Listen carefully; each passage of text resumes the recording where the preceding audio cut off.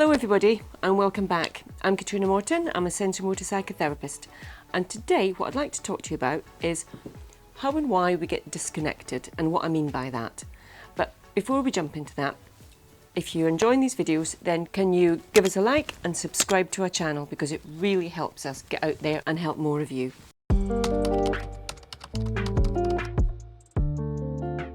Being disconnected, what do I mean by that? Sometimes when we are really either stressed, when there's an awful lot of things going on around us and our anxiety levels are going up a little bit too much, or if we've just had to really use our head and think about things, working things out, using our heads, which I'm a sensory-motor psychotherapist that works with the body. There's times that I have to just use my head when I'm doing my tax return and things. So sometimes we can really get very stuck in our head. Or, like I say, when our anxiety levels go up too much, then that sends a message to our brain of, oh my God, what's wrong? And sometimes we know what's wrong and we worry and catastrophize about that. And sometimes we kind of have to. There's things that we have to deal with, get on with. And so we can't really afford to be, oh, I wonder how my breathing is. Oh, I wonder if I can feel my feet on the floor. But in order to settle ourselves a little bit, because when we're in those states, we're in our sympathetic nervous system. And we've got a lot of adrenaline going, we've got a lot of hormones, cortisol, things that are really kind of keeping our energy levels and our stresses up. We won't be breathing terribly well, it might be a bit short and fast, our digestive system might be shutting down a little bit. We all have those measures of knowing when we're stressed. You know, we're all different, but we all know when we're stressed. What happens in those situations is we lose all sense of ourself and what's happening in our body.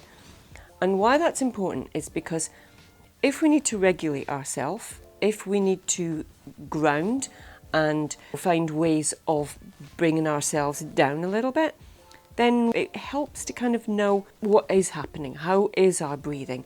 And it's hard to just override it, to kind of go, oh well, maybe better breathe a bit deeper, a bit longer. Because we can put the effort in, and that's brilliant. We can override our short breath, our shallow breath. But the minute we take our attention away from it, it will just go back to the way it was, the constricted way it was. And so the first thing that we do is we want to get this connection back up again. But it's too big a leap to say to anybody, myself included, okay, you know, I'm a bit stressed, I'm going to do a body scan. I really can't have any sense of my body at the moment. I'm going to do a body scan. That's really hard. I mean, if you can do that, brilliant, good for you. I can't. So what I have to do is, and what I encourage people to do, is just get a sense of a feeling that's coming from your body. Wake it up a little bit. Get us out of our head and more into sensing in, even if it's just energetically or a kind of sensation that's sending those signals from your body to your head. And so a really good way of doing that is, first of all, to just kind of wake everything up. And we can either do that by standing up and giving everything a really good shake. And my wonderful colleague Tai Chi Tom is a brilliant shaker. And he'll say start off with the wrists and then move up to your arms. Obviously I'm not going to stand up and do this because you wouldn't see me. And then get your ankles and your feet going and get your legs going, and then just get everything moving and shaking. And one, it helps to loosen everything up if you've got tension. It gets you moving, gets your energy going. But when you stop, you'll feel a kind of buzzing sensation in your body. There's a connection. Your body's now speaking to your head, and your head is now sensing into your body. And when you're going to do anything like that, go in with curiosity. It's like, ooh, what does that feel like? Ooh, where do I feel the tingling most? It just helps get us in there a little bit.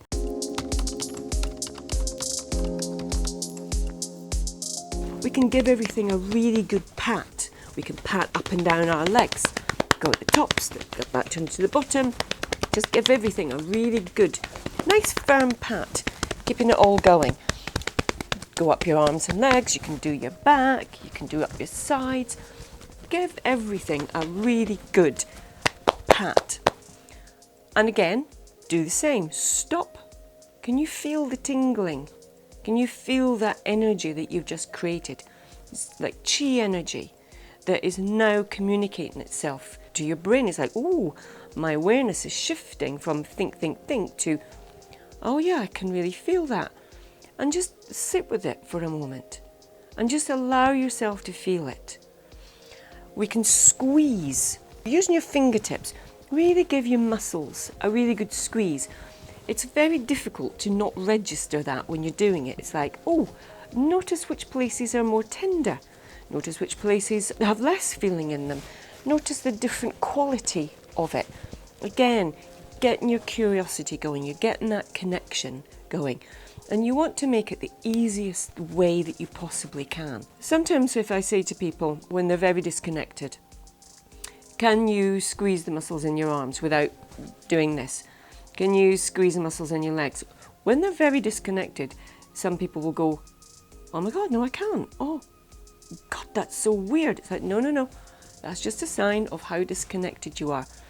And you can use things like that as a measure. You know, pick a place in your body that's kind of hard to access. Can you squeeze your biceps from where you're just sitting? If it's difficult, the more disconnected you are, the harder that connection will be. That's a really good measure for now you've woken things up. Is it a bit easier? Then you can start to tense and release your muscles. Make it easy at first. You know, push your hands together. Link your hands together and pull. Can you feel that pull going the whole way around? When you put your hands on the outside of your knees and you press in with your hands and out with your knees, you're going to create a bit of resistance. Can you feel that resistance as you're doing it? Notice, you know, you'll probably hold your breath a little bit. When you let it go, can you feel that your muscles have been working? Can you feel that you've just taken a really deep breath? If you're feeling super tense, you know, oh my God, my neck and my shoulders are really tense, it's very hard to just go, okay, I'm going to relax them.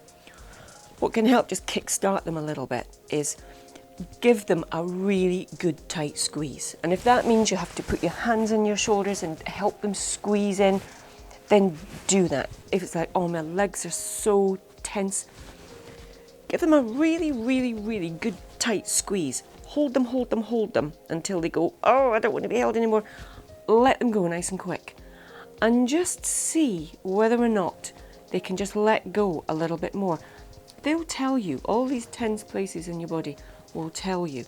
And it's much better when things can spontaneously release and relax. Kind of taking over your breathing by using a breathing exercise. Brilliant. It works really well. But if you've got a lot going on, when you take your awareness away, it just tightens back up.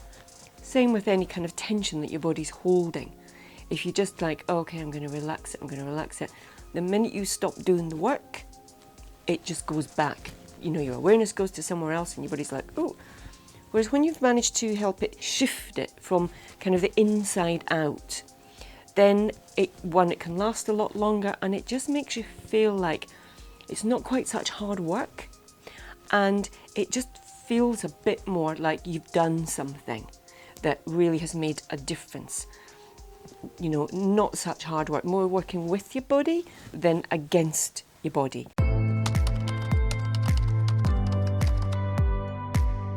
We don't ever want to be doing battle with ourselves, with our body. If we're disconnected, it's because there's a lot going on. It's not anything that we do wrong, it's just something that we naturally do. We go into our head, we get hypervigilant, we overthink, we catastrophize, we worry. This sends messages to your body like, oh, this is terrible. Your body's sending the messages. We just get caught in this loop of anxiety and overthinking and negativity. We can turn that on its head, make a bit more of a connection. One, you can't think as fast and as much. Your parasympathetic will kick in, and it just helps shift your energetic state and settle your nervous system. So I really hope these things have been helpful, useful. Try them out. See what you think. See which ones work for you.